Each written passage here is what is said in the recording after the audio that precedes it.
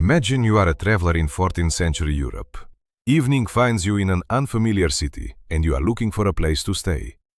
You pay the innkeeper for a spot, head up to your room, and see a bed. But there's a catch. Two unfamiliar men are already sleeping in it. The innkeeper gestures to the free edge and wishes you a good night.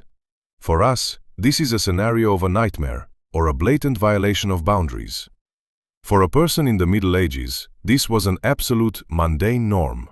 The concept of personal space that we are accustomed to is a relatively recent invention. In the world we will discuss for the next 2 hours, solitude was either a luxury, a sign of madness, or worse, a signal of danger. To understand the psychology of people from that time, we need to start with their homes. We often imagine medieval castles with many rooms, but the reality for most of the population looked different. A typical dwelling for a peasant or craftsman in the 12th or 13th century was often a single room. In the center was a hearth, with smoke escaping through a hole in the roof, or at best, through a primitive chimney. This space was multifunctional.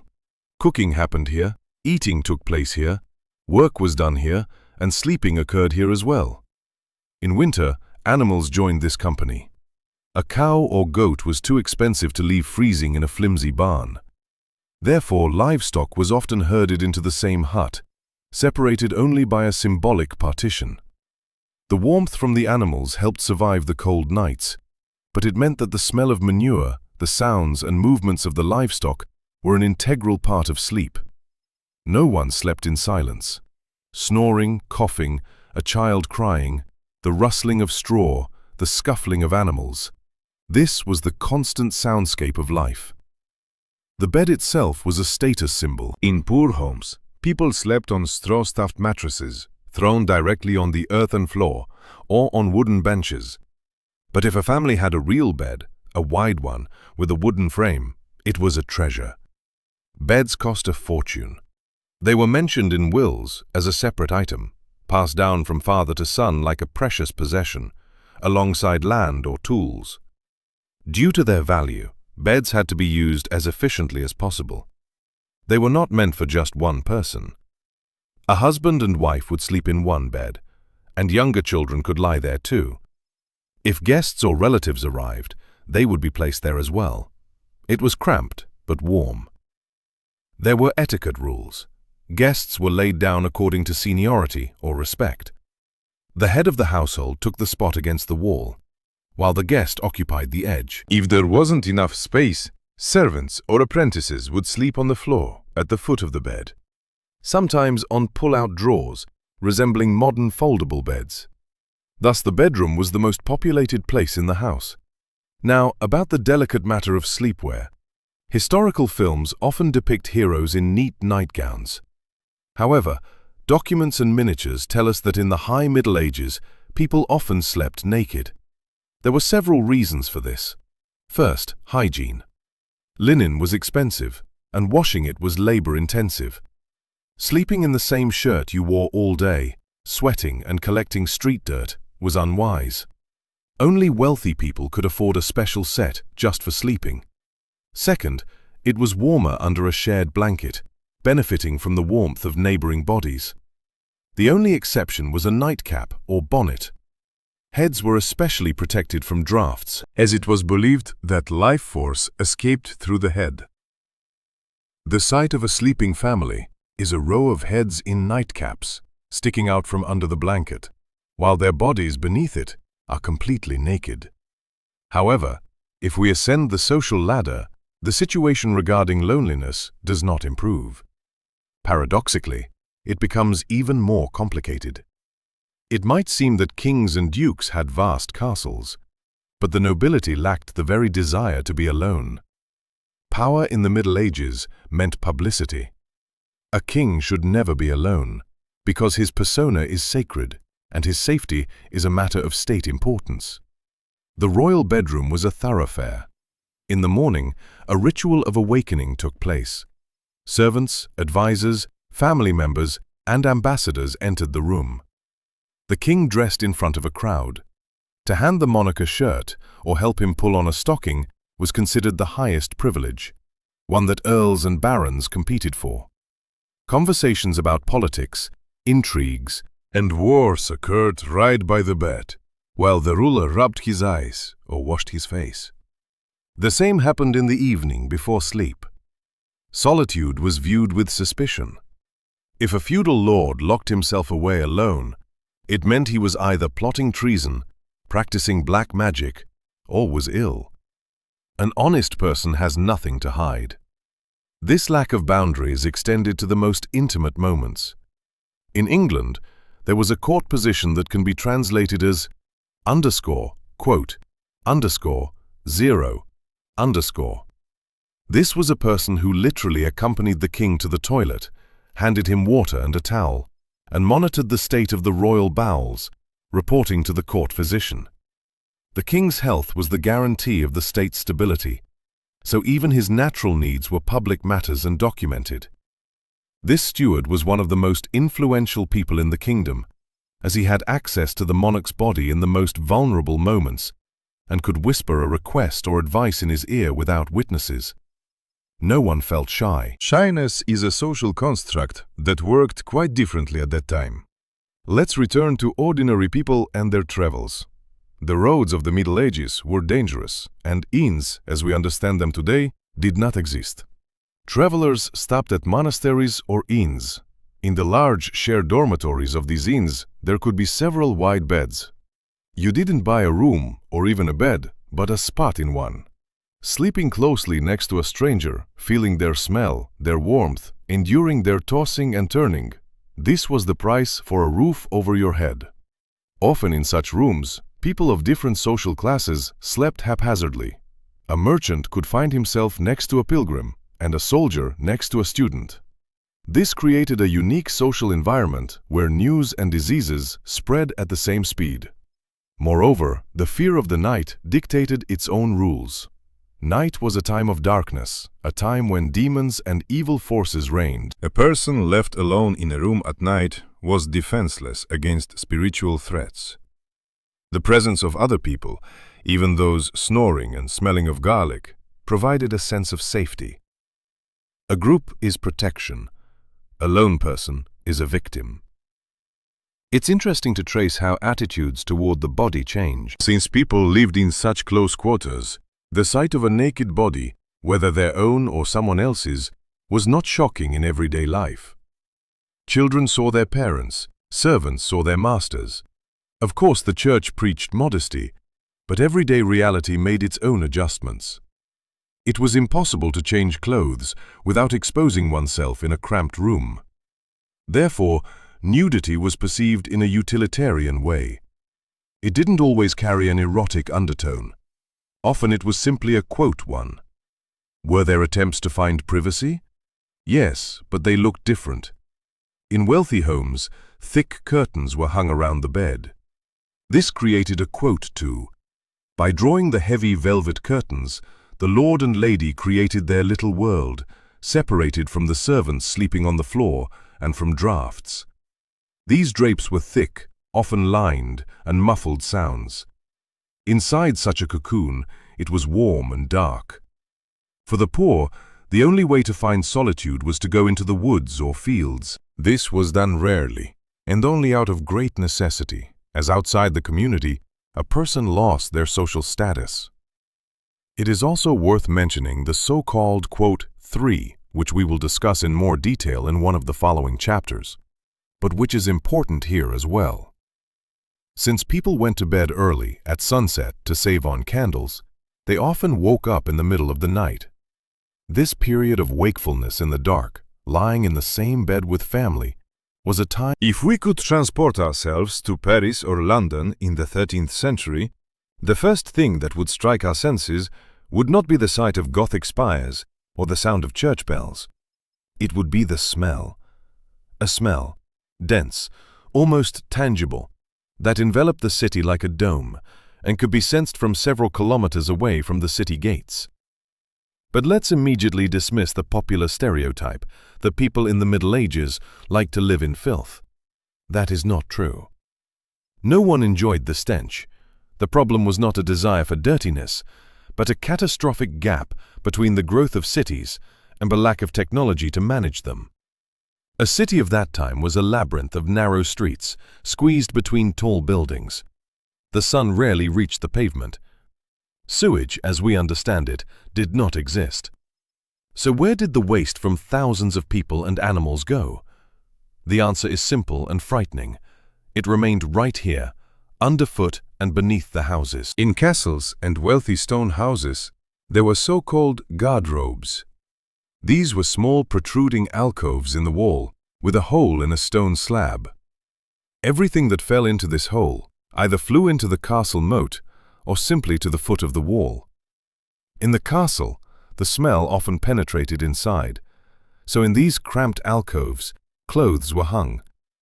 It was believed that the sharp smell of ammonia killed fleas and moths in expensive fabrics. So the expression, "his clothes smell like a latrine," could even sound like a compliment to an aristocrat's practicality.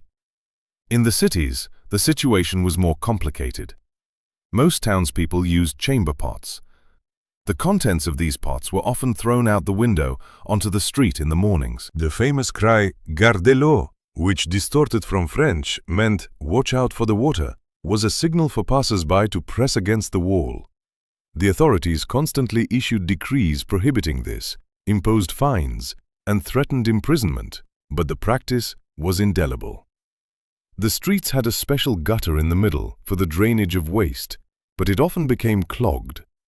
During rain, the street turned into a foul swamp. This is why wooden shoes with high platforms, patins, became fashionable. They were worn over leather shoes to walk down the street without sinking into the mud up to the ankles. However, beneath many houses, there were cesspools. These were simply deep pits in basements or backyards where everything was dumped. When the pit filled up, a serious problem arose. Specialists had to be called. These people were known as "zero," or, in the English version, "1." This was one of the highest paid, yet most despised professions. Goldsmiths worked only at night to avoid disturbing the townspeople with the sight and smell of their trade.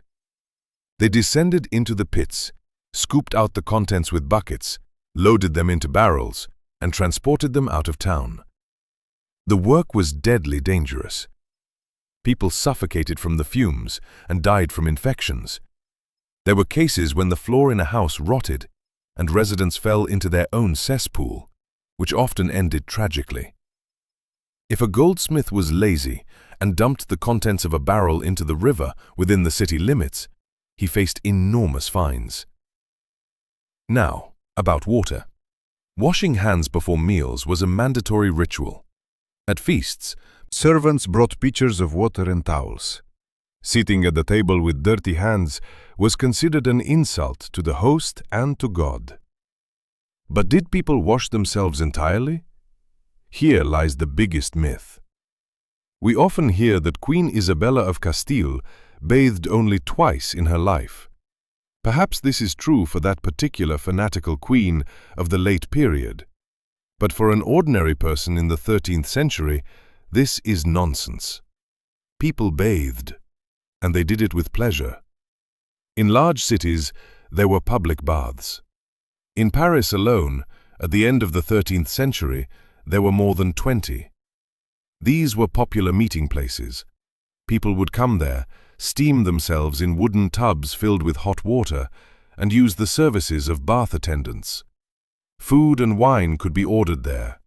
Often, baths became centers of informal socializing, akin to modern bars or clubs. The problem was different. The church looked askance at these establishments not because of the water, but because the mixed bathing of men and women often turned into orgies. Gradually, baths acquired a reputation as brothels. A turning point came in the mid-14th century when the the plague, arrived in Europe. The medicine of that time made a fateful conclusion. Hot water opens the pores of the skin, and through these open gates, contaminated air, miasma, enters the body. Doctors began to officially prohibit frequent washing in hot water. Baths started to close down. From that moment, hygiene truly changed. The focus shifted from washing the body to changing linen. It was believed that a linen shirt worn against the body absorbed sweat and dirt, cleansing the skin like a sponge. The wealthier a person was, the more often they changed their shirts.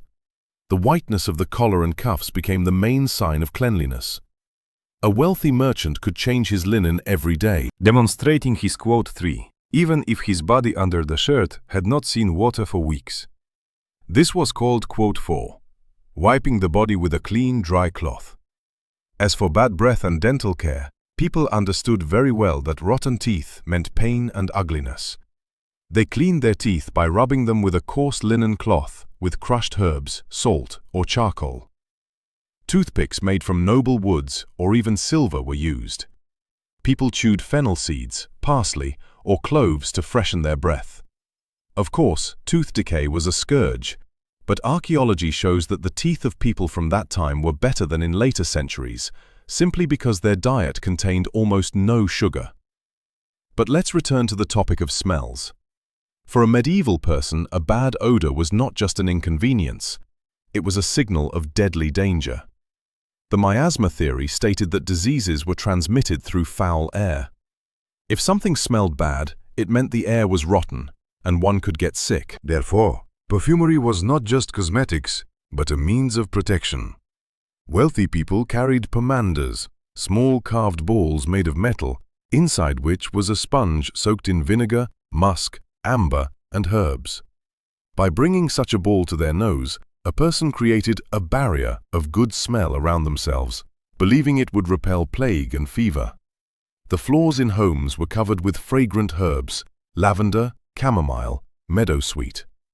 When walked upon, the herbs would break and release their aroma, masking the smell of dampness and old wood. On the streets, the fight against dirt was an eternal war. Cities tried to pave the streets with cobblestones, but it was expensive. In most cases, the ground was just compacted earth mixed with waste. Pigs played the role of urban sanitation workers. They were let out onto the streets to eat food scraps, rotten vegetables, and anything thrown away by housewives.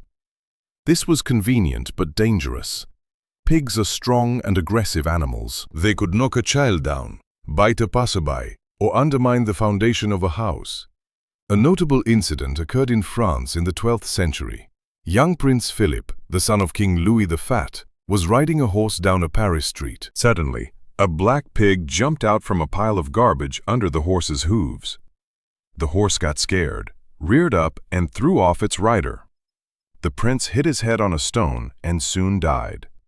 This incident, where the heir to the throne perished due to city filth and a stray pig, prompted the king to issue the strictest decree prohibiting pigs from roaming the streets of Paris. The only exception was made for pigs belonging to the monastery of St. Anthony, on the condition that they wore bells around their necks. This episode leads us to a remarkable aspect of medieval thinking. Animals wandering the streets were perceived not merely as biological objects, but as beings that could be held accountable under the law. If a pig caused a person's death, it was not simply killed. It was arrested, imprisoned, and put on trial. A real trial with a judge, a prosecutor, and a defense attorney. A world where a dirty street became a crime scene and animals were defendants reveals to us a completely unexpected facet of medieval justice, which we will discuss in the next chapter. Imagine a courtroom. At a table sits a judge in a robe. The clerk scribbles with a quill, and the crowd gathers. A case is being heard regarding the brutal murder of a child. There are witness testimonies. There is evidence. The prosecutor demands the death penalty. The defense attorney pleads for leniency, citing that the accused was not aware of their actions due to their young age and poor upbringing. It all sounds like a typical court chronicle, if not for one detail. The accused, sitting in a cage before the judge, is a pig. This is not a joke or a scene from a fairy tale. This is the reality of European justice that existed for centuries. The prosecution of animals was a completely normal legal practice. We know of dozens of trials where pigs, bulls, horses, and even rats found themselves in the dock. For a person of that time, the world was a single hierarchy created by God. In this world, every living being had its place and its duties. If an animal broke the law, for example, by killing a person, It disrupted the divine order. And this order needed to be restored, not just by killing the beast, but through a public, legal trial. One of the most famous cases occurred in the French town of Falaise in the year 1386. A pig mutilated the face and hand of an unattended infant, and the child died. The pig was arrested and placed in the city jail alongside humans. It was assigned a lawyer. The trial lasted several days. A verdict was reached: guilty. But the most astonishing part is the execution. The pig was dressed in human clothing. It was put in trousers, a jacket, and white gloves. A mask with a human face was placed on its head. It was dragged through the streets of the town to the gallows, where the executioner, as officially as if it were a human, first inflicted the same injuries that it had inflicted on the child, and then hanged it. Why was this theater necessary? The authorities wanted to show that the law is the same for everyone. It was a moral lesson. For such executions, peasants from the surrounding areas were often forcibly gathered and made to bring their pigs with them.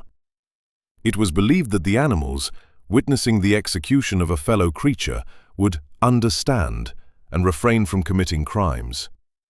It sounds naive, but it illustrates how differently people perceived animal consciousness. They saw them not as soulless machines, but as beings with will and therefore with responsibility. But if a pig can be caught and hanged, what should be done about a swarm of locusts, may beetles, or rats? This is where the church came into play. The secular court judged domestic animals that could be controlled. The ecclesiastical court dealt with wildlife and pests that could not be controlled. They used the most fearsome weapon against them: excommunication from the church and anathema. A well-known case from the early 16th century has become a classic of legal casuistry, although its roots go back to the Middle Ages. In the diocese of the city of Evreux, rats destroyed the barley harvest. They were summoned to court. When the rats did not appear at the first hearing, their lawyer, the famous jurist Bartholomé de Chasseneux, claimed that his clients had not received the summons, as they lived in different villages. The court was postponed so that the priests could read the summons in all the parishes. At the second hearing, the rats again did not show up. Then the lawyer delivered a brilliant speech. He said that the rats were afraid to appear because their deadly enemies, cats, were roaming the roads.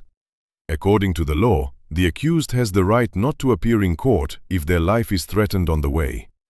The court found this argument compelling, and the case was postponed indefinitely. The rats technically won the case, but more often, harsh sentences were handed down. The bishop could go out into the field and solemnly, with a cross and holy water, read a decree commanding slugs or weevils to leave this territory within 3 days and relocate to a specially designated empty field. If the pests did not leave, they were excommunicated. People believed that after this, the beetles would begin to die. However, if the invasion continued, it was explained by the sins of the people themselves. God does not remove punishment because the people have not repented enough. But it was not only animals that were judged. People themselves often underwent procedures that would make modern individuals' blood run cold. When there were no witnesses and direct evidence, and the accusation was serious, judges turned to the highest authority: God. This was called ordeal, or quote 1. The logic was ironclad. God is all-seeing and just. He would not allow the innocent to suffer. Therefore, it was necessary to place the suspect in a life-threatening situation. If God saved him, he was innocent. The most common was the water ordeal. The suspect was tied in a special way. The right hand was tied to the left leg, and the left hand to the right leg. In such a helpless state, he was thrown into a consecrated body of water on a rope. Water was considered a pure element that does not accept sinners. If a person began to drown, it meant that the water had quote to him. He was pure and innocent. He would be pulled out immediately. However, if he floated on the surface like a cork, it meant that the water rejected him and he was guilty. A paradox for us, but for them, everything was logical. Physics gave way to theology. Another type was the ordeal by hot iron. The accused had to carry a piece of red-hot metal in bare hands over a certain distance, usually about 3 meters, or walk barefoot over heated plowshares. After this, the hand or feet were bandaged and sealed with the judge's seal. 3 days later, the bandage was removed. If the burn healed cleanly, without infection, it meant God had justified the person. If the wound festered, it was a sign of guilt. In a world without antibiotics and sterility, with dirty rags, the chance for a clean healing was small, but it existed. It is important to understand, this was not chaotic violence. It was a strict bureaucratic procedure. Priests often tried to soften the fate of the subjects. There are accounts that the iron could be heated not to a red glow, but just for show, or that the hands were smeared with grease before the test. Ordeals were a way to resolve conflicts that had reached a deadlock. It was a psychological tool. Many criminals, knowing they would have to grasp the heated iron, confessed even before the trial began. The end of this practice was not due to humanitarianism, but rather the same pragmatism and growth of legal science. In the year 1215, the Fourth Lateran Council prohibited priests from participating in ordeals. Without the priest's blessing, the trial lost its meaning. God could not be present where his servant was absent. Divine judgment gradually gave way to Roman law, investigation, and, unfortunately, torture. Torture became the new way to extract truth, replacing the miracle. But even after the abolition of ordeals, justice remained a public spectacle. Executions were the main entertainment of the city. Families gathered in the square, buying pastries, claiming the best spots from the night before. The body of the executed was not removed immediately. It could hang on the gallows for years, decomposing and turning into a skeleton, until the rope rotted away. Parts of the bodies of quartered criminals were sent to different cities or displayed on city gates as a warning. Death was woven into the urban landscape. A person in the Middle Ages lived in a world where the law was harsh but clear. Every crime had a punishment, and every event had a reason. If rats eat grain, it means we have sinned, or the rats have crossed boundaries. There were no coincidences. But if the law tried to organize the chaos of human relationships, there was a force that organized the very rhythm of life, a force more relentless than any judge. This force is time. For us, time is just numbers on a smartphone screen. For them, time was a sound, and that sound dictated when to wake up, when to pray, and when to be afraid. Let's move on to how people lived without minutes, and why night was not just a time of day, but a separate world. You wake up in the morning to your alarm. You know for sure that it is 7 o'clock. You have 15 minutes for a shower and 20 for breakfast. Your day is sliced into neat segments: meetings, lunch, the commute home. We are hostages to precise time. For us, time is a straight line marked by seconds. But for a person in the Middle Ages, time was a completely different substance. It was thick, uneven, and belonged not to people, but to God. In the 12th century, an ordinary person had no concept of minutes. They simply did not exist in everyday consciousness. No one said, quote, 0. Time was measured by events or distance. Quote 1, quote 2, quote 3.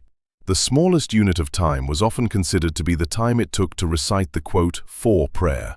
If a short interval needed to be measured, they would say, quote 5. The main timekeeper of the era was the church bell. The ringing of the bell structured chaos. Monks had to pray at specific hours, the so-called canonical hours, matins, first hour, third, sixth, ninth, vespers, and compline. The bell loudly announced these moments to the entire town or village. A peasant in the field, upon hearing the bell, knew, the 9th hour has struck, which means it's time for a midday break. The bell did not just tell the time, it gave commands: start work, finish work, go to mass, close the city gates, extinguish the lights. All of life was subordinated to this metallic voice. But here is what is most astonishing for us. In the Middle Ages, an hour was not equal to 60 minutes. People lived by what were called quote six. The daylight, from sunrise to sunset, was divided exactly into 12 parts. But in winter, the day is short, while in summer, it is long. This meant that the winter, quote 7, could last only 40 of our minutes, while the summer one could last all 80. Time stretched and compressed like an accordion, adjusting to the sun. And this did not confuse anyone. In summer, people worked longer, in winter, less. Life was synchronized with nature, not with a mechanical mechanism. It was only with the advent of mechanical tower clocks in cities during the 14th century that time began to become quote 8 and commercial. Merchants needed precise time for transactions, workers needed it for wage payments. A conflict arose between quote 9 and quote 10. But even then, minute hands on clock faces were absent for a long time. An hour was the smallest significant unit. Now let's move on to the night. For a medieval person, night was not just the absence of the sun, it was a hostile element. As soon as the sun set, the world changed. There was no street lighting. The moon and stars were the only sources of light. On a moonless night, the darkness in the streets was such that a modern city dweller cannot even imagine. It was absolute, dense blackness. Going outside at night without a torch or lantern was not just dangerous, it was a crime. In most cities, there was a law. Anyone walking at night without light was considered a thief or a murderer, and was subject to immediate arrest.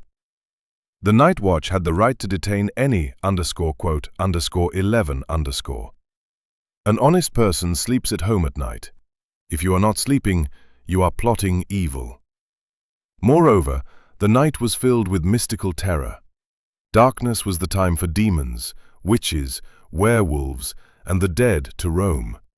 Every creak of the floorboard, every owl's hoot outside the window was perceived as a manifestation of the other world.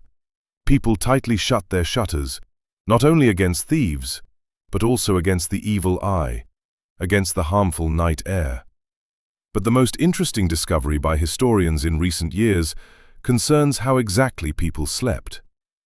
If you ask a doctor today, they will say that the norm is 8 hours of uninterrupted sleep. If you wake up in the middle of the night and cannot fall back asleep, you have insomnia and you need treatment. For a person in the Middle Ages, your 8-hour sleep would seem strange.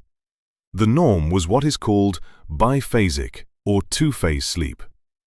People went to bed early, about 1 or 2 hours after sunset, as candles and oil were expensive, and it made no sense to burn them unnecessarily. They slept until about midnight or 1 in the morning. This was called the first sleep. Then they would wake up, by themselves, without an alarm clock, and a period of wakefulness would follow, lasting an hour or 2.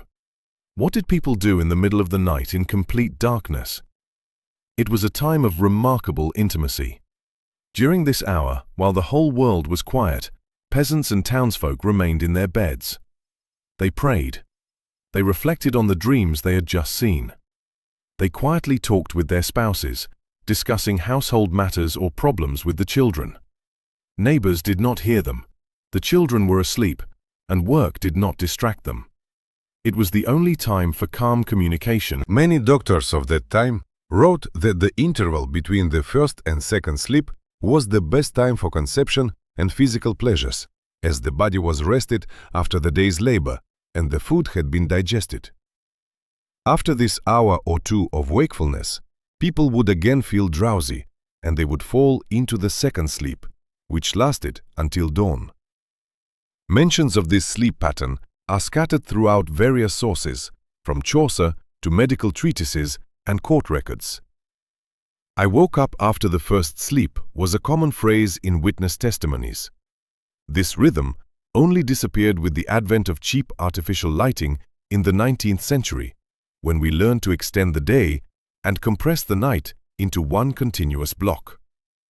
We gained time for work and entertainment, but lost that unique nighttime for reflection and intimacy. Another important element of nightlife was the curfew. The very word comes from the French couvre-feu, meaning cover the fire. In the evening, a special bell would ring. This was the signal. Everyone should return home and, most importantly, cover the embers in the hearth with a special lid or bury them in ash. Fire was the main fear of wooden towns. An open flame left overnight could destroy an entire block. Therefore, cover the fire was a matter of survival. The watchman would patrol the streets and check. If a flicker of flame or the light of a candle was visible from a window, the owner could be fined. The city was plunged into darkness and silence by force. In this world, where the night was long and interrupted and time flowed unevenly, relationships between the sexes were also shaped. If the only time for personal communication between husband and wife fell during the dead of night between two sleeps, it left a mark on the understanding of marriage, love, and duty. We are used to romanticized images of knights and fair ladies, but the reality of medieval marriage was much more pragmatic, harsh, and regulated by the church. Was sex a sin? Was a woman considered a second-class citizen? And why was love often seen as a disease that harmed marriage? This will be discussed in the next chapter. If you, as a young man in the 12th century, approached your father and said that you wanted to marry a girl because you were in love, he would look at you as if you were insane. At best, he would think you were enchanted. At worst, he would consider you a reckless egoist, ready to ruin the future of your lineage for a fleeting whim. Love and marriage in the Middle Ages were concepts from different universes. Love was a disease, a passion, chaos. Marriage was a contract, a merging of assets, and a guarantee of survival. The foundation of medieval society was not the individual, but the family, the household. A solitary person was doomed. To survive, a productive unit was needed. The husband plowed, the wife spun and brewed beer, and the children tended the geese. Therefore, marriage was primarily an economic transaction. The feelings of the young were of no concern when it came to uniting two parcels of land or forming an alliance between guildmasters. Here we encounter a question that today sparks the most debate: the age of consent. Canon law, drawing on Roman traditions, established a clear boundary: 12 years for girls and 14 years for boys. From that point on, they were considered old enough to consent to marriage. However, it is important to understand the difference between theory and practice, as well as between the nobility and the peasants. For kings and dukes, children were political currency. They were betrothed while still in the cradle. Marriages at 12 or 13 years old among the aristocracy were a reality. Margaret Beaufort, the mother of the future King Henry VII, gave birth to him at 13, which undermined her health for life. But such early births were often a death sentence, and everyone understood that. Among peasants and townspeople, meaning 90% of the population, the situation was different. They got married much later, at 20 or even 25 years old. Why? Because a new family needed a home and land. A young man couldn't bring his wife to nowhere. He had to wait until his father passed down a plot of land to him, or save money by working as a laborer. The girl needed to gather a dowry. Therefore, the image of a 30-year-old man marrying a 12-year-old girl is more of an exception for the upper class rather than a rule for an ordinary village. The marriage ritual itself also looked unusual. We imagine a church, a priest, an altar. But for many centuries, the church fought just to be present at weddings. A marriage was considered valid if two people simply said to each other, "I take you as my husband," and "I take you as my wife." This could be done anywhere, in a field, in a tavern, in bed. Witnesses were desirable, but not mandatory. This created huge problems. A man could secretly marry one woman and then publicly betroth another, wealthier one. The abandoned first wife would go to the church court, and if she could prove that the words were spoken, the church would recognize the first marriage as legitimate and annul the second one. To put an end to this chaos, the church began to require public announcements and weddings. But weddings were not held inside the church, but on the porch, at the entrance to the church. Only after exchanging vows did the couple enter for the Mass. Now about the most intimate matters. The church sought to control the bedroom as strictly as the altar. Sex was viewed as an inevitable evil. It was only permitted for the purpose of conceiving children. Any pleasure derived from the act was considered a sinful nuance that needed to be atoned for. Theologians developed intricate calendars of abstinence. It was forbidden to make love during fasting periods, Great Lent, Christmas, and others, which eliminated huge chunks of the year from the calendar. It was not allowed on Sundays, Wednesdays, and Fridays. It was prohibited during the feast days of saints. It was also forbidden during menstruation, pregnancy, and breastfeeding. And breastfeeding often lasted a long time, sometimes up to 2 or 3 years. When all the prohibitions were added up, it turned out that there were only a few weeks left in the year for lawful sex. Of course, lay people violated these rules, but they always lived with a background feeling of guilt. If a disabled child was born or a miscarriage occurred, it was interpreted unequivocally. We sinned, we had sex during fasting, and God punished us. The positions were also regulated. The only permissible position was man on top. Not for the sake of dominance, but because it was believed that this way the seed would reach its destination most effectively. Any other options were labeled unnatural and equated to sodomy. In church penitential books, penitentials, priests were given instructions on what questions to ask during confession. Did you have intercourse with your wife from behind, like dogs? If yes, 10 days of penance on bread and water. But there was also the concept of marital duty. Here, medieval law unexpectedly sided with women. Refusing sex without a valid reason was considered a sin. If a husband became impotent and could not fulfill his marital duty, the wife had the full right to demand a divorce. There were humiliating procedures where doctors and honest women examined the man to confirm his virility. In case of failure, the marriage was annulled, which was a disgrace for the man. So what was the real status of women? We are accustomed to the myth of the powerless slave. Legally, a woman was indeed always under guardianship, first of her father, then of her husband. A husband had the legal right to use physical force against his wife for discipline. In the legal codes of some cities, it was stated that a husband could beat his wife, but not to death and not to maim. This was a harsh patriarchal norm. However, economic realities made their own adjustments. A woman in the Middle Ages was not just a housewife sitting with embroidery, she was a worker. In the village, she harvested, mowed, and took care of livestock alongside men. In the city, the wives of craftsmen worked in shops, managed accounts, and negotiated with suppliers. Often it was the woman who held the keys to the chest of money. Moreover, there was a special legal status for a woman trading independently. She could make deals, take out loans, and be held accountable in court separately from her husband. Women brewed beer. Brewing was almost entirely a female occupation, wove and traded fish. The most influential women were widows. If her husband died and the children were small, the widow gained control over the workshop, land, and money. She became the head of the family. Guilds allowed widows to continue their husband's business. Many wealthy widows chose not to remarry to avoid losing this independence and falling under the authority of a new spouse. A widow was a figure to be reckoned with. But there was one area where a woman was considered unconditionally dangerous: her nature. It was believed that a woman was biologically more moist and cold than a man, and therefore more susceptible to the influence of the moon, emotions, and the devil. She was seen as less rational and unable to control her passions. Thus, she needed to be kept in check. This entire complex of fear surrounding female sexuality and natural wildness ultimately led to a surge in witch hunts at the end of the Middle Ages.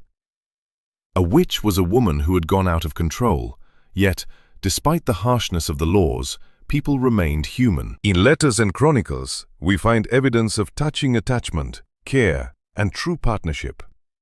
Husbands mourned their deceased wives, calling them best friends.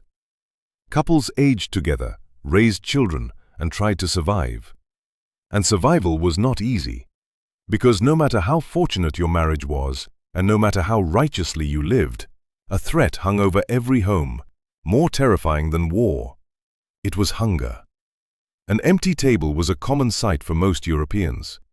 Food was not a pleasure, but fuel, for which a daily battle was fought. And the menu of this battle was vastly different from what we see on tables in Hollywood films. We are used to opening the refrigerator and seeing food inside. We are accustomed to fresh tomatoes, meat, and milk being available in stores year-round. For a person from the Middle Ages, such a world would seem like paradise, a reality so unbelievable. In their world, food was not just a source of energy or pleasure. Food was a marker of your place in the universe, and hunger was a constant, background neighbor who could knock on your door at any moment and stay for several years. Let's start with what was not on the medieval table.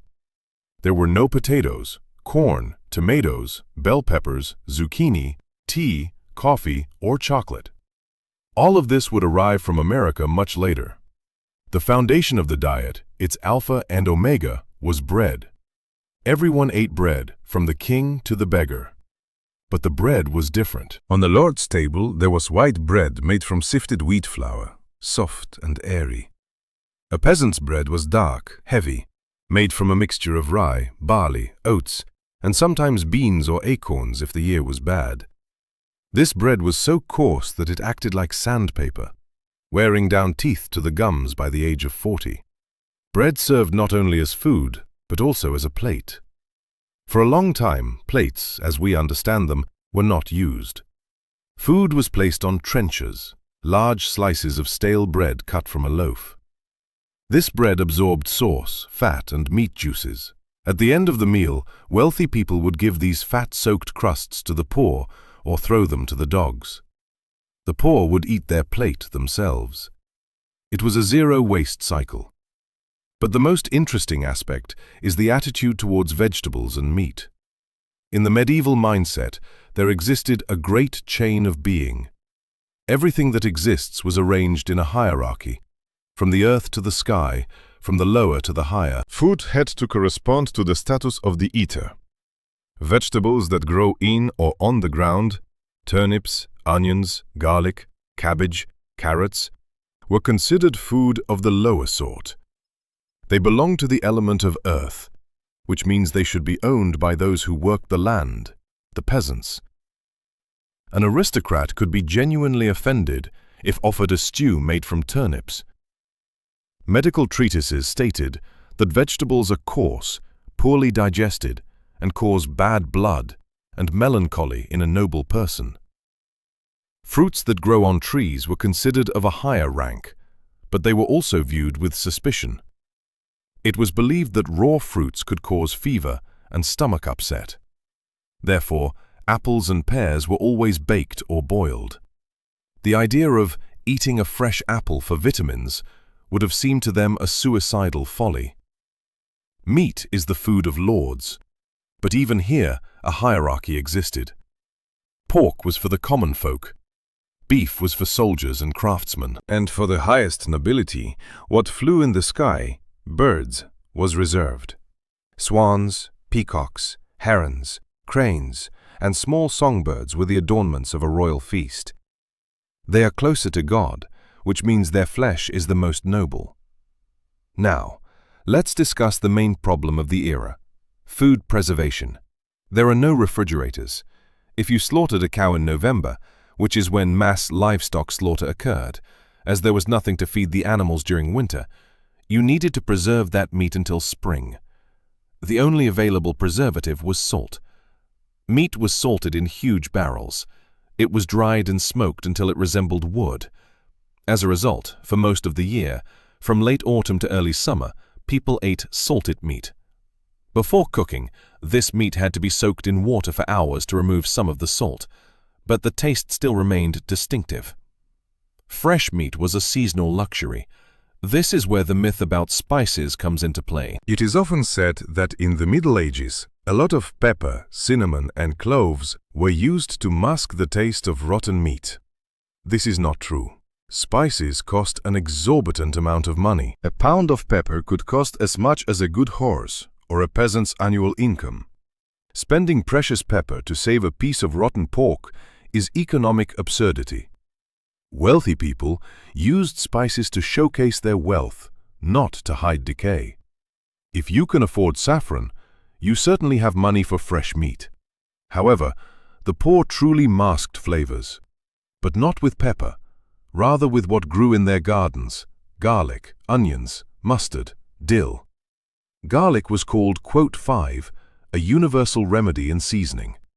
Sauces were thick, sour, based on vinegar or sour wine, and very spicy, to somehow diversify the taste of monotonous salted food. But the real nightmare was not the salted meat, but the spoiled bread. Rye was often affected by a fungus, ergot. In cold and damp years, the grain in the barns became infected with this parasite.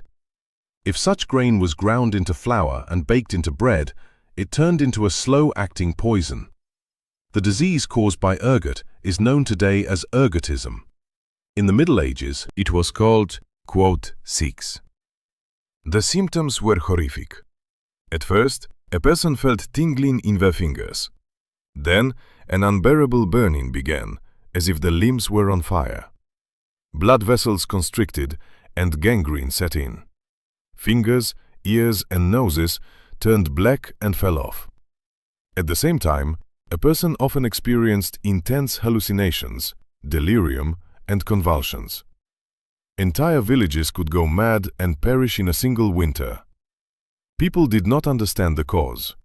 They thought it was God's punishment for sins, a witch's curse, or the devil's machinations. They would go to pray at the relics of Saint Anthony, and, surprisingly, many felt better. Why? Because in the monasteries, they were fed pure wheat bread without ergot. The miracle of healing was explained by a simple change in diet, but for the people of that time, it was proof of the saint's power. In addition to bread and meat, fish was a crucial part of the diet. The church prohibited eating meat on fasting days, which totaled up to 150 in a year. On Wednesdays, Fridays, and during Lent, no meat, eggs, or milk. Fish was the salvation. The queen of the fasting table was salted herring. It was caught by the millions of barrels, salted, and distributed throughout Europe. It was cheap, nutritious, but by the end of Lent, everyone hated it. Chronicles describe instances where university students held ceremonial processions, driving the _7_ out of the city for Easter. The wealthy could afford fresh fish from their own ponds: pike, carp, eels. The poor chewed on tough salted fish and dreamed of a piece of pork. They did not wash it down with water. The water from rivers and wells in cities was often contaminated with filth. Drinking it was risky. Therefore they drank what had undergone fermentation, which killed bacteria. Wine in the south, ale and beer in the north. But this was not the beer we are accustomed to. The everyday drink was called "8" or "9". It was very weak, only 1 to 2 degrees of alcohol, thick and nutritious. Everyone drank it, men, women, and even small children. A breakfast of beer soup with bread was a normal start to the day for a child. It was a source of calories and safe liquid, not a way to get drunk. Drunkenness was condemned, but a constant light state of intoxication was the backdrop of life. And finally, hunger, real hunger. The yield was low. When a peasant sowed 1 grain, he would get 3 to 4, at best 5. Just 1 rainy summer or 1 harsh winter was enough for supplies to run out by spring. A period arrived, cynically called the _10_ March, April, May. The old harvest was eaten, and the new one had not yet grown. People ate nettles, tree bark, and boiled old leather. The chronicles of the 11th and 12th centuries are filled with chilling descriptions of famines, when mothers ate their children, and travelers were attacked on the roads not for money, but for flesh. The fear of hunger was ingrained in the subconscious. That is why the ideal of beauty was fullness. To be fat meant to be wealthy, healthy, and protected. Thinness was a sign of poverty and illness. Constant malnutrition, a lack of vitamins, scurvy was a common disease, not just a sailor's problem. Monotonous salted food and intestinal parasites all undermined the health of the population. Immunity was weak.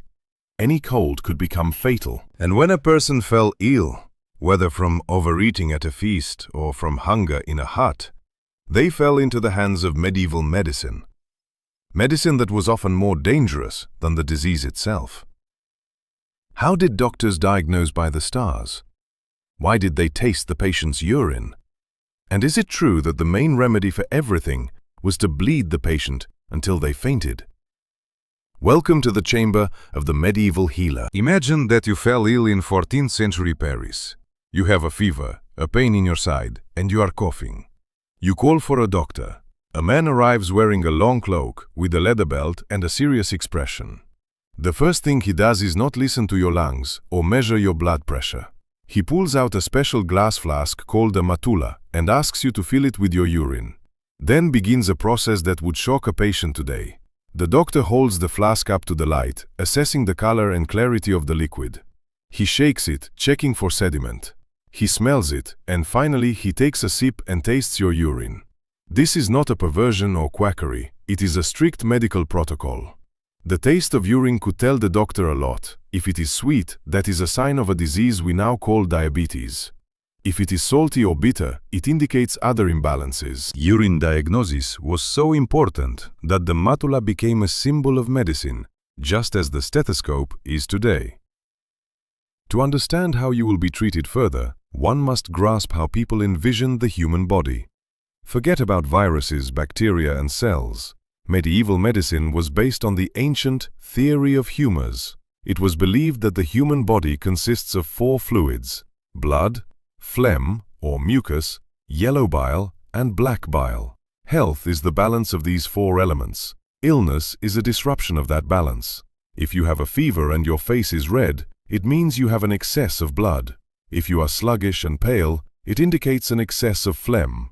If you are suffering from depression, that is an excess of black bile, known in Greek as melancholia.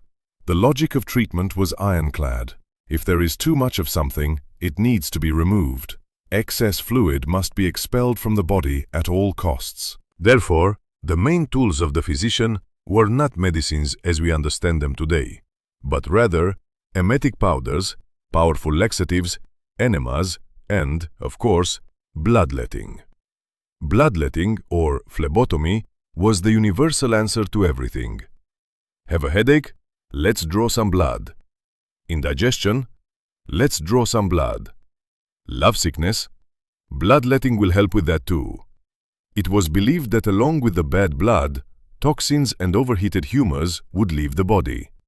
Blood was drawn from veins in the arms, legs, neck, and even under the tongue. There were specific diagrams indicating which vein to draw blood from for liver disease and which for heart disease. This was not only done for the sick.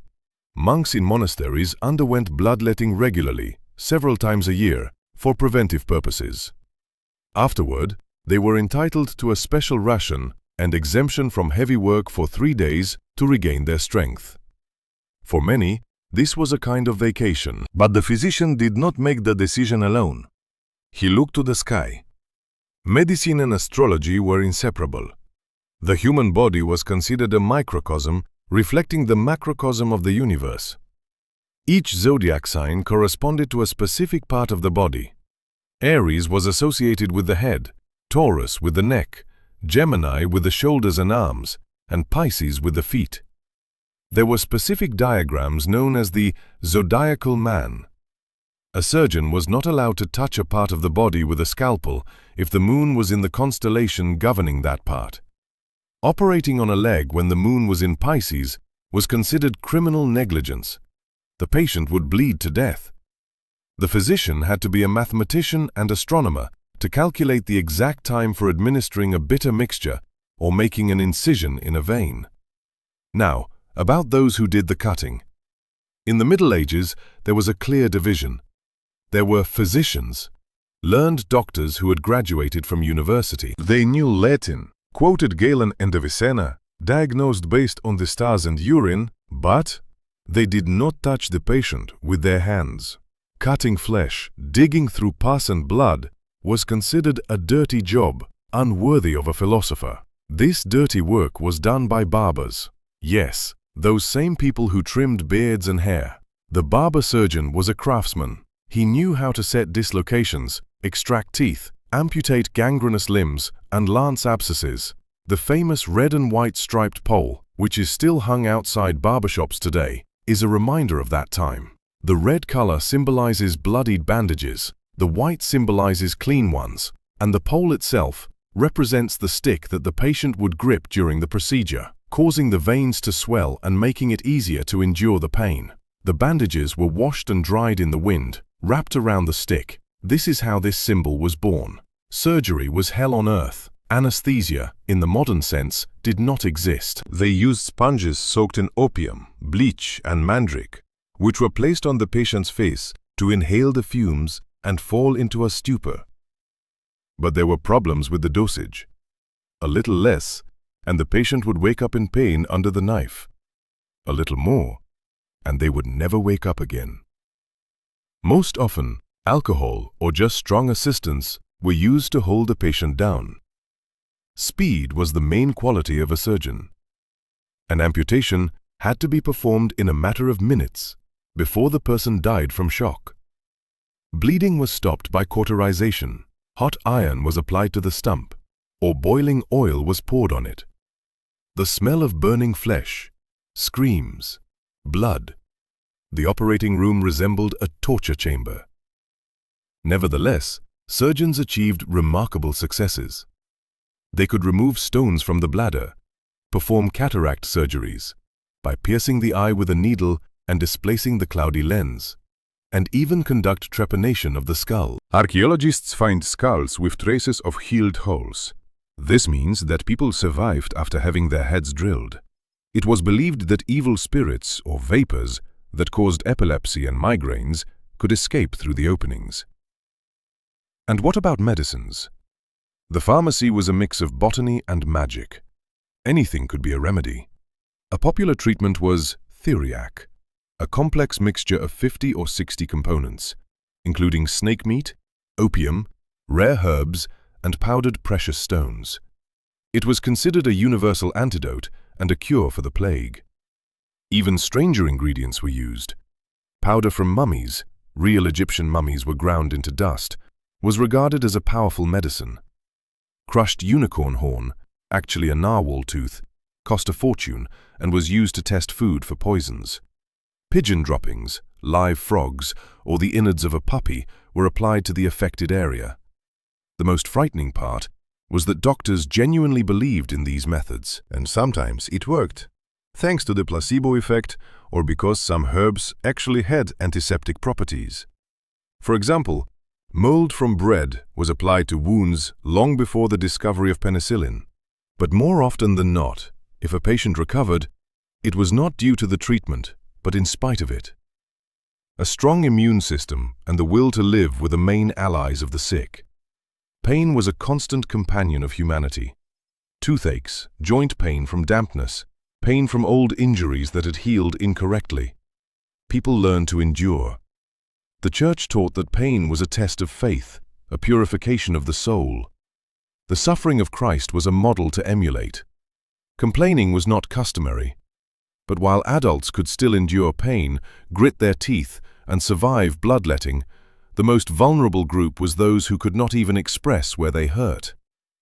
The child mortality rate was a monstrous statistic that shaped the perception of childhood as a special, dangerous period. Were children in the Middle Ages seen as little angels, or were they regarded as incomplete adults to whom it was better not to become too attached?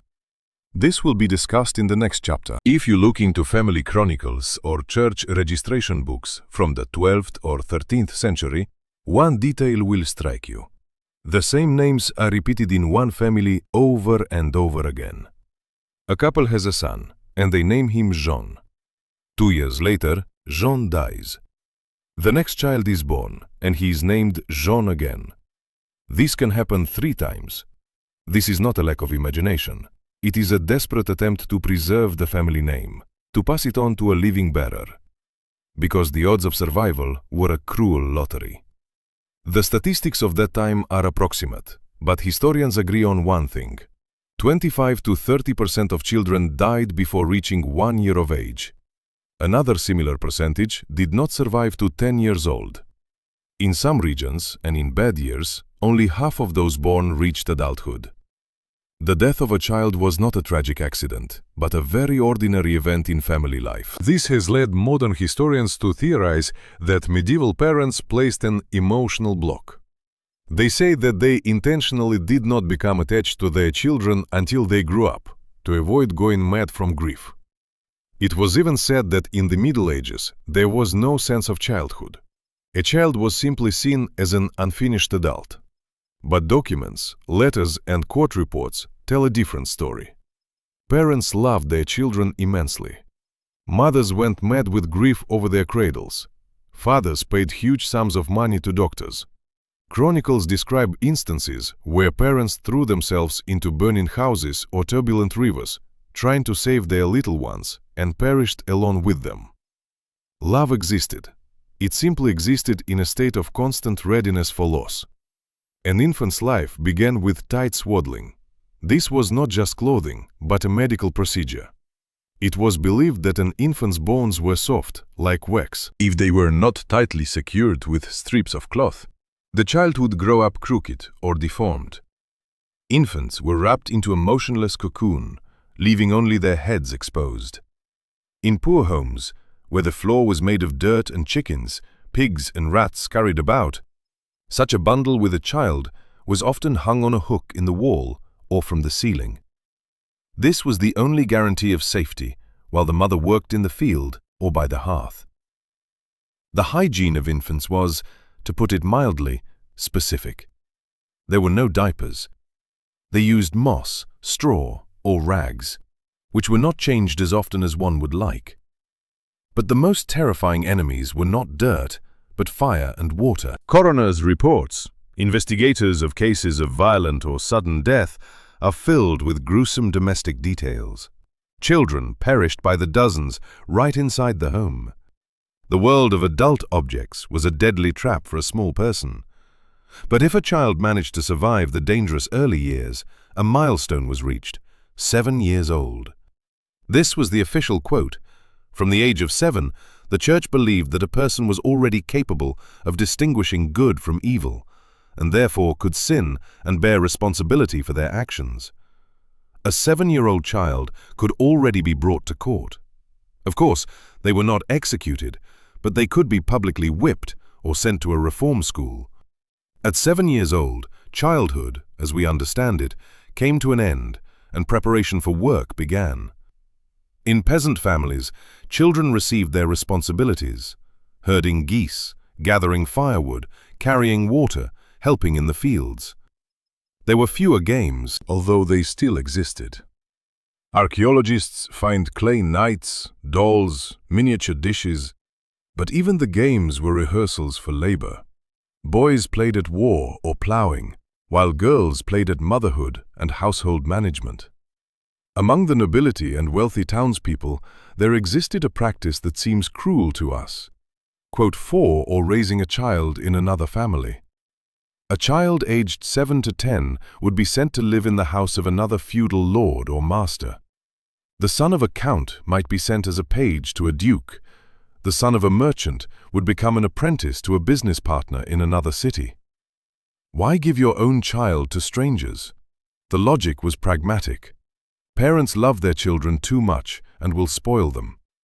A biological father would pity his son and not punish him for laziness. A stranger would be strict, fair, and would raise the boy into a true man or master. This was considered the highest expression of parental care, sending the child away into strictness for his own future. Children would not see their parents for years, and this was the norm. The concept of, quote, 5 did not exist. There was no buffer period when you were already grown, but still forgiven for everything. At 14, a boy became an adult. A girl was already a bride at 12. At 14, a young man could enroll in a university. University students were a separate caste. Imagine 14-year-old teenagers, freed from parental control, living in a foreign city, with money and the right to carry a sword. Students had a status equivalent to clerics, but often carried weapons. University towns groaned under their presence. Fights, drunkenness, raids on brothels, conflicts with locals. This was the ordinary life of a medieval _6_. They were children by age, but lived the lives of adult men. In the craft environment, the fate of a teenager was harsher. An apprentice lived in the master's house as a junior family member, often almost as a servant. The apprenticeship contract was signed for 5 to 7 years. During all this time, the apprentice received no salary, only food, clothing, and a roof over his head. The master had the full legal right to beat a student for disobedience or laziness. If a student ran away, they were caught and forcibly returned, like a runaway slave. It was a harsh school of life, where only the most patient and hard-working survived. Attitudes toward illegitimate children, bastards, were dual. On one hand, it was a shame and a sin. On the other, in high society, bastards were acknowledged. Kings granted them titles, lands, and armies. A bastard of noble blood was considered better than a legitimate son of a peasant. In the village, however, an illegitimate child was an extra mouth to feed, but the community usually did not let them starve, although the stigma remained for life. There was also another grim aspect of childhood, oblates, or children given to the church. Parents could make a vow. If a sick child recovered, or simply for the salvation of their soul, they would give the child to a monastery, forever. A boy or girl, at the age of 5 or 6, would enter the monastery gates and never return to the world. They became monks not by their own choice, but by the will of their parents. The Church fought against this practice for a long time, and by the late Middle Ages it began to decline. But for centuries, monasteries were filled with people whom no one asked if they wanted to serve God. Thus, childhood was short, dangerous, and very functional. A child was an investment. Efforts and resources were poured into them in the hope that they would survive and become a support in old age. Parents loved their children, but this love was mixed with a constant fear of loss and the necessity to teach survival. There was no idea of a happy, carefree childhood. There was the idea of preparation for a harsh world. The world was harsh physically, but it was also filled with invisible threats. A child going into the woods for firewood feared not only wolves. They feared those who lived in the hills, those who could steal a soul or bring plague. The boundary between reality and fairy tale was absent at the time. The supernatural was a part of everyday life, as real as a table or a cow. If you sneeze in a modern office, you will be told, "Bless you." This is simply a matter of politeness. But in the Middle Ages, this phrase had a literal, life-saving meaning. People believed that at the moment of sneezing, the soul became vulnerable for an instant, and a demon could enter the body through the open mouth. Saying "God bless you" was a way to create an instant magical shield. For a person of that time, the invisible world was as physically dense and real as stone or wood. We live in a world where there is matter and there are ideas. For a medieval person, that boundary did not exist. The spiritual was material. A miracle could be touched, stolen, or bought. This created a market for relics of a scale that is hard for us to imagine. A saint is not just a righteous person in heaven. They are a source of power, akin to a radioactive element. Their strength is preserved in their body, in their clothing, even in the dust from their tomb. If you touch a saint's bone with your finger, divine grace will flow into you like an electric current and heal your illness. Therefore, cities and monasteries waged real wars over the possession of relics. There was even a special kind of crime that the Church, strangely enough, often justified: It was called quote to, or furtum sacrum. Monks from one monastery could steal the relics of a saint from another monastery. The logic was astounding. A saint is a living and powerful being. If they did not want to be stolen, they would not allow themselves to be taken. They would make their body immovable or strike the thieves with lightning. Once the theft was successful, it meant that the saint themselves wanted to quote three to a new abode where they would be better honored. For example, the relics of Saint Nicholas were stolen by Italian merchants from Myra in Lycia and transported to Bari, where they remain to this day. This was not a crime, but a pious deed. In churches, there were items that today bring a smile, but back then, they inspired awe. A feather from the wing of the Archangel Gabriel, drops of the Virgin Mary's milk, splinters from Noah's Ark. People paid money just for the chance to see them. This was an economy of salvation, where spiritual services had a clear price list. But if the saints were protectors, enemies were everywhere. Demons. They did not sit in hell. They lived here, among people. They hid in the folds of clothing, in dark corners, in food. Pope Gregory the Great told a story that became a classic. A nun in the garden saw an appetizing leaf of lettuce and ate it, forgetting to cross herself. Immediately, she fell into a fit, possessed by a demon. When the exorcist began to drive out the spirit, the demon cried out indignantly, quote, "This explains why life was so filled with rituals. To cross your mouth when yawning, to cross bread before slicing, to sprinkle the corners with holy water. These were not superstitions, they were safety measures. Life resembled walking through a minefield, where every misstep could attract the attention of evil forces. Here lies the root of the belief in magic. Magic in the Middle Ages was not something exotic, but a mundane tool.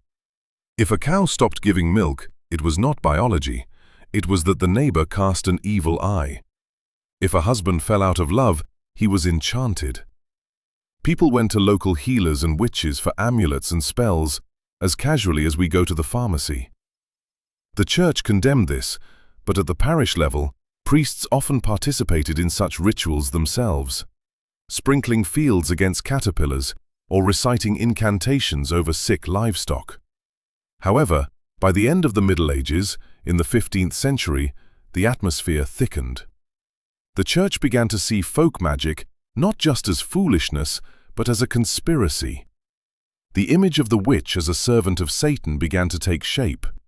If earlier the witch was simply seen as a harmful old woman, now she is a member of a secret sect that wants to destroy the Christian world. In 1487, the infamous book, Quote 5, is published. This is a guide for identifying and eliminating the enemies of faith. The world becomes more paranoid. A woman could be accused of witchcraft simply for having too many cats in her house, or for mumbling to herself in a strange way. But the most astonishing discovery of the Middle Ages was the invention of a third place in the afterlife. Until the 12th century, there were only two paths, heaven for the saints and hell for the sinners. But where does an ordinary person go who seems to be decent, not a murderer, but also not a saint? He loved to eat, sometimes lied, sometimes cheated on his wife. Is eternal torment the only option? In the 12th century, theologians finally formulate the concept of purgatory. This is a place of temporary suffering where the soul is purified by fire before entering heaven. This changed everything. Death ceased to be a final sentence. Hope emerged. And, importantly, the living gained the ability to influence the fate of the dead. If you pray for your deceased father, give alms to the poor in his memory, or order a mass at the church, his time in purgatory will be shortened. This created an incredibly strong bond between the world of the living and the world of the dead. The dead did not leave. They remained family members, simply having _6_ to another room, where they were suffering and needed help. Ghosts in the Middle Ages are not the heroes of horror stories. They are souls from purgatory who come to their relatives with specific requests. The chronicles are full of stories. A widow is visited by her deceased husband who says, Quote 7, "And the widow goes and pays. This was perceived as a legal fact. Debts must be repaid, even from beyond the grave." The cemetery was the center of public life. It was not a quiet, mournful place on the outskirts. The cemetery was located in the heart of the city, around the church, and life thrived there. Since the land of the cemetery was considered sacred, criminals could not be arrested there, nor could taxes be collected. Therefore, markets, fairs, and theatrical performances were held in cemeteries. People played dice, drank wine, arranged dates, and prostitutes sought clients right among the graves. The church constantly issued prohibitions, quote 8, quote 9. But the people did not listen. For them, the dead were their own. Why fear or avoid them? Grandparents lie here, underground, And they are surely happy to see their grandchildren having fun and trading. Death was woven into life so tightly that the boundaries blurred. A person could look at a decaying corpse and think not of biological decay, but of the fate of their soul. This attitude gave rise to one of the darkest and most majestic images of the era, the dance of death. On the walls of churches, skeletons were painted leading a dance with the living: the Pope, the Emperor, a merchant, a peasant, and a child. The meaning was simple and democratic. Before death, everyone is equal. No amount of money, no power can help negotiate. This was a powerful social equalizer. A poor man looked at this fresco and thought, this was comforting. The ability to die was as important a skill as the ability to read or plow. There were special books. They explained in detail, with illustrations, how to behave on one's deathbed. One must not despair. That is the sin of despondency. One must not cling too tightly to life. That is the sin of greed. One should not take pride in their past. It is necessary to humbly accept the will of God. Death was a public event. Dying alone was considered a terrible fate, almost a curse. The room of the dying was filled with people, relatives, neighbors, children, and the priest. Everyone watched as the person faced their final trial. If they died peacefully, with a prayer on their lips, that was a happy ending, a sign that the soul was saved. If they screamed in agony and cursed everyone, that was a bad omen. Sudden death, without repentance and communion, was the greatest fear of the medieval person. The prayer, "Deliver us from sudden death, O Lord," was one of the most popular. We hide death. We take the dying to sterile intensive care units, where relatives are not allowed. We embalm the deceased so they look alive. The Middle Ages looked death straight in the face, into the empty eye sockets of skulls, and in that gaze there was not only despair, but also a strange, unsettling calm. Death is simply a door, and the keys to that door are in the hands of the Church. We have reached the end of our journey. We have looked at how people slept, ate, loved, suffered, and believed. Now it is time to gather all these fragments into a single picture and understand. Would you really want to be there? We have reached the final boundary. In the previous chapter, we talked about how people died. But what happened to their bodies afterward? Here, we encounter perhaps the most visually shocking image of a medieval city, which completely shatters our notions of respect for the deceased. Imagine walking through a churchyard. The cemetery is small, squeezed between houses in the city center, and many people are dying. There is constantly a shortage of space for new graves. What did the gravediggers do? They practiced secondary burial. A few years after the funeral, when the flesh had decayed, the grave would be opened. The bones were removed, cleaned, and carefully arranged in special galleries or open spaces along the walls of the cemetery. These were called ossuaries. Skulls were laid out in rows, long bones stacked like firewood. This was not sacrilege. On the contrary, it was the norm. The entire community could see the bones of their ancestors. You could go to Mass and see your grandfather's skull resting on a shelf. These bone galleries were a kind of architectural decoration. Above them, moralizing verses were inscribed. "We will like you will be like us." The famous Paris catacombs arose precisely because of this. The cemetery of the Innocents in Paris was used for 10 centuries. At one point, the ground level rose by 2 meters due to the bodies. The basements of neighboring houses began to smell of decay, and the walls cracked under the pressure of the soil. Only at the end of the 18th century were these bones, millions of skeletons, transported to the old quarries. But in the Middle Ages, this city of the dead towered right in the middle of the market, and the smell of decomposition mingled with the scent of fresh bread. This physical contact with death dictated economic behavior as well.